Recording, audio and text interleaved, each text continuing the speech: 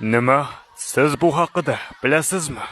Yana qanaqa ma'lumotlarni bilasiz? Bunday bo'lsa, men bilan yuring.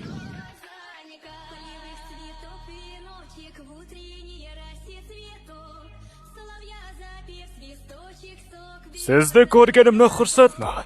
Ovchilar uyushmasining o'rinbosari Michael Connor bo'laman. Mening ismim Son Jinvo. Shunchaki Jinvo deyishingiz mumkin. Ha, yaxshi, men sizning tarjimoningiz bo'laman.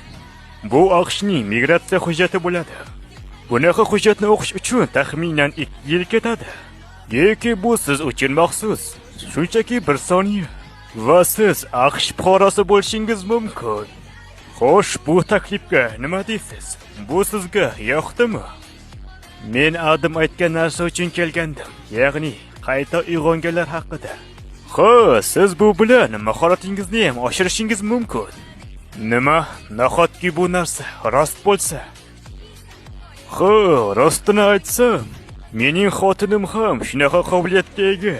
Menga Selnerni chaqiring hozirroq. U qayta uyg'ongan. Va yana u ovchining darajasini yanada oshirishi mumkin. Iltimos, Selner xonim, unga uyg'onganlar haqida ozgincha ma'lumot berib o'tsangiz. Qayta uyg'ongan odamga qaraganda biroz boshqacha ko'rinyapti.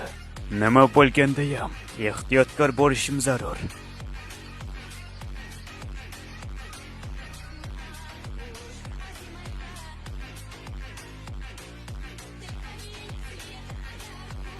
Siz bunga haliyam ishonmayapsizmi?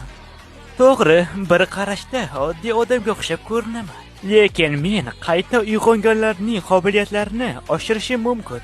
Ya'ni ularning darajasini. Lekin buni qanday ta'riflashni ham bilmayman. Potensial oshirishmi yoki majburlab?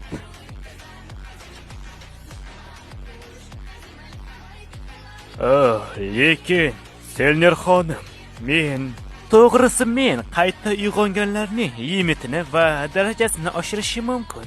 Va bu narsani tushuntirish juda ham qiyin. Men shunchaki sizning limitingizni va darajangizni oshirishim mumkin xolos. To'g'risi men bunga qanaqa nom berishni ham bilmayman. U to'g'ri aytyapti. Uning qo'lidan keladi. Biz buni avval ham sinab ko'rganmiz. Har 5-6 yilda faqat bitta odam qayta uyg'onadi. Va ayni siz qayta uyg'ongan bo'lsangiz, bu juda ham yaxshi. Nahotki bu narsa juda ham g'alati. Men bu haqida ko'proq bilishim kerak.